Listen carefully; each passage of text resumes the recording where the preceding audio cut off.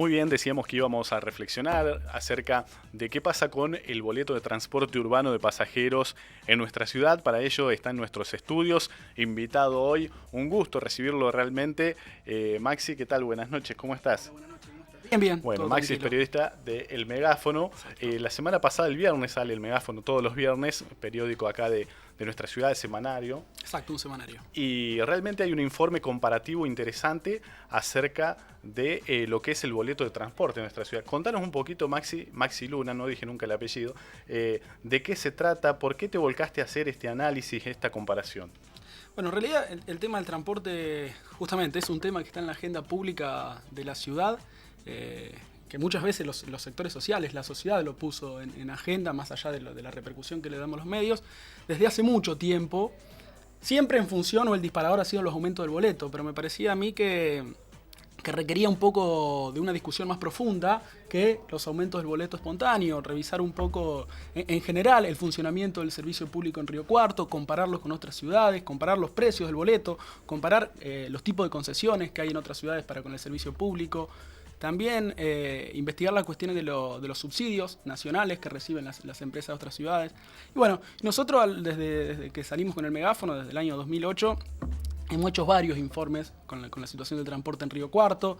En algún momento recuerdo que hicimos una investigación respecto a la situación del marco regulatorio que tenía el servicio de transporte urbano en la ciudad y encontramos que no existía ninguno, que la empresa en realidad en el año 1954 había recibido una concesión precaria, una ordenanza. Una ordenanza. Exacto, a través de una ordenanza, una concesión precaria del servicio. La ordenanza en aquel momento tenía solo 10 artículos y de allí hasta el año 91 funcionó como bajo la figura jurídica de cooperativa y en el año 91 se transformó en sociedad anónima y empezó a prestar el servicio con esa figura, pero la ordenanza que regulaba el funcionamiento era prácticamente la misma.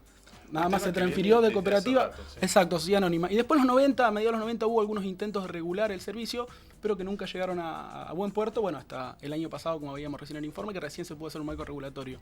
Y era como que ya el tema del aumento lo habíamos tratado, el tema de la regulación lo habíamos tratado, y en esta ocasión que vuelve a ponerse en agenda el tema, queríamos buscarle una vuelta de tuerca a la cuestión del transporte y bueno, y de ahí sale la posibilidad de comparar el funcionamiento de Río Cuarto con el de las otras ciudades. Y ahí es que empezamos a ver estos datos que bueno, seguramente tendremos placas Realmente para analizar. estuvimos viendo, si ustedes pueden consultar el Megáfono que salió el viernes de la semana pasada, ahí hay cuadros comparativos, y viene información detallada, un trabajo realmente periodístico interesante acerca de lo que hay, el transporte en la ciudad de Río Cuarto, en Villa María, por ejemplo, en San Francisco, en distintas ciudades, y bueno, para tener un parámetro realmente real sobre lo que sucede en el transporte. ¿Qué fueron los datos que más te llamaron la atención? En primer lugar, lo que hicimos fue una breve cronología respecto al valor del pasaje en Río Cuarto, del pasaje común, del que se paga con efectivo, desde el año de junio del 2012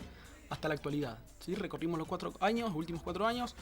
Brevemente, en junio del 2012 el pasaje salía a 2,75. Uno a veces en la vorágine de los aumentos se olvida, pero hace 4 años solo salía a 2,75. Bueno, ahí para pagarlo en efectivo, la persona que sube y abona en efectivo el transporte, ya se fue a 10 pesos, o sea, hubo un aumento superior al 360% en solo 4 años. Teníamos ese periodo, fuimos también a ver los subsidios nacionales que recibió la empresa, la SAT, en ese periodo de 2012 hasta la actualidad. Vimos que aumentaron más de un 100% los subsidios, el dinero que el Estado Nacional le enviaba a través del Ministerio de Transporte a la empresa directamente. En el año 2012 habían sido de casi 23 millones y el año pasado la totalidad de los subsidios nacionales rondaron los 49 millones de pesos. Lo que estuvimos viendo es que incluso comparándolo con otras 22 ciudades... millones de pesos, disculpame, no sé si dije de pesos, y el año pasado 49 millones de pesos, o sea, aumentó más del 100%. Y lo que veíamos que comparado con servicios, empresas de otras ciudades, hay mucha diferencia. Exacto. Bueno, en ese marco, con esos dos datos, la cantidad de subsidios que había recibido la empresa y cómo había variado el boleto y el precio actual de 10 pesos en efectivo, empezamos a consultar en otras ciudades de la provincia y también algunas de provincias vecinas como de Santa Fe, el valor y los subsidios que habían recibido. Vamos a comparar en una placa la información que ustedes recuperaron y que está publicada en el megáfono de la semana pasada. Incluso también lo pueden ver en la página web del megáfono, elmegáfono.net/versión 2. Ahí pueden ver toda esta información también. Compartimos las placas acerca de lo que tiene que ver con el boleto y una comparación entre distintas ciudades realizadas en un informe especial del megáfono.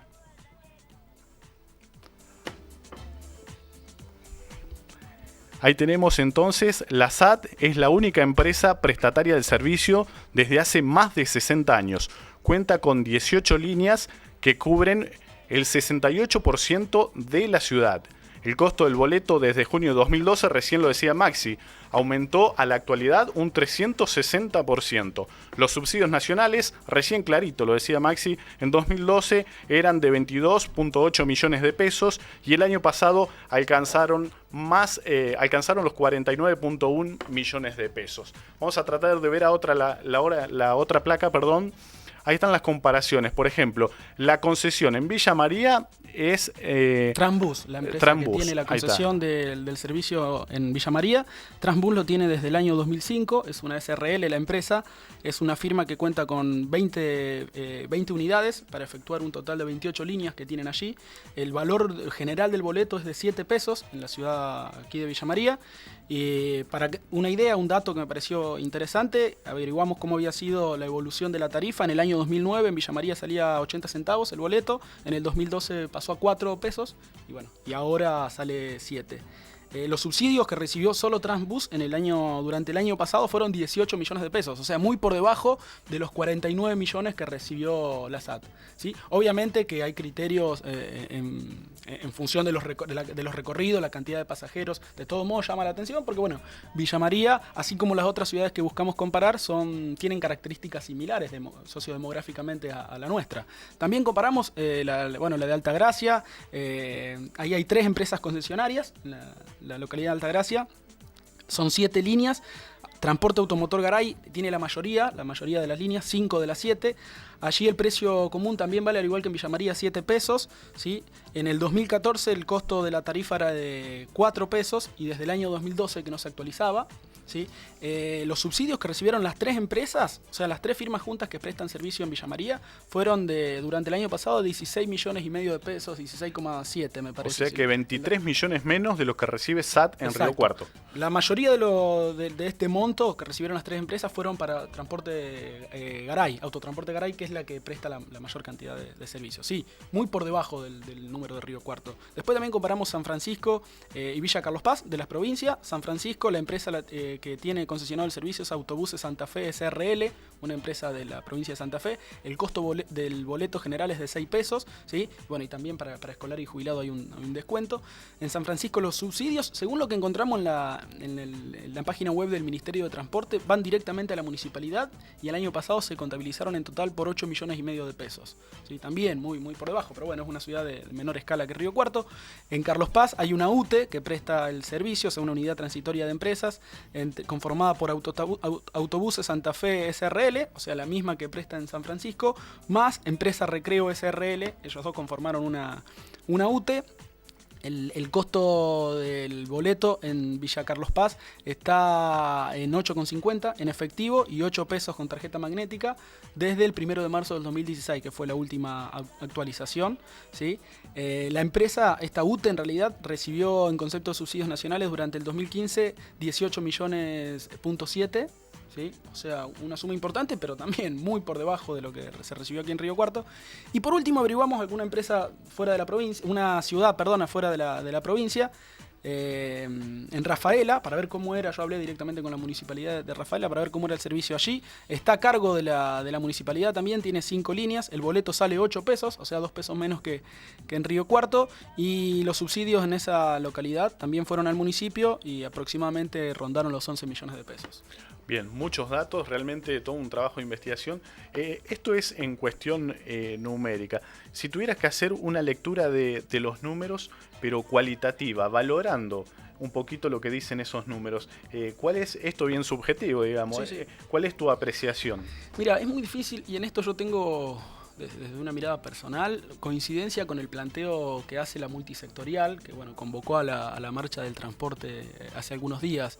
Es muy difícil analizar el servicio en términos de relación costo-calidad, primero porque no hay una estructura de costos que toda la sociedad lo conozca, no es pública esa estructura de costos. Yo leía declaraciones en los medios de los propios funcionarios municipales que decían que la estructura de costo está, que hace falta solo presentar una nota para obtenerla. Creo que ni siquiera haría falta ese trámite burocrático, me parece que debería estar colgada en una página web de acceso para todo el mundo para que la gente misma pueda conocer estos números, pero aún más en detalle de la empresa, sus costos salariales, sus costos de combustible.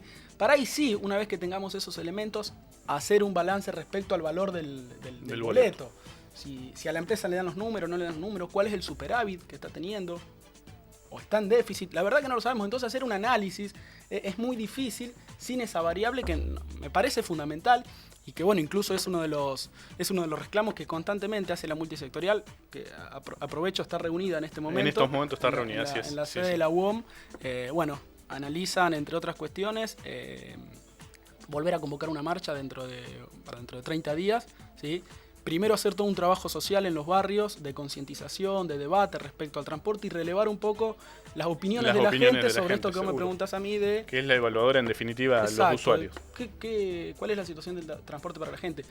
Yo, te lo puedo decir a modo muy general, incluso como usuario, veo un gran déficit principalmente en los barrios, en el acceso a los barrios, para el transporte. Muchas veces se dificulta el acceso a la universidad, el acceso al hospital para la gente que vive en zonas alejadas. Hay pocas líneas que tienen boleto combinado, me parece que debería ser mayor en algunos casos. Sin duda son varios los temas que hay que mejorar. Exacto, Maxi, sí. nos estamos excedidos en el tiempo, ya Bien. te agradecemos este espacio, que hayas compartido este informe con nosotros. Hay muchos temas para hablar, como bien decías, el colectivo en los barrios, qué pasa con las personas que tienen discapacidad, si están en condiciones los colectivos o no. Realmente hay mucho para hablar. Hubo una asociación que marchó también reclamando por este tema vinculado a las personas con capacidades diferentes para que los coches se adecúen a esta situación. Maxi, muchísimas gracias. Gracias a vos, un saludo. Muy bien, hacemos una pausa y ya seguimos compartiendo más información en esta edición nocturna de Primero Noticias.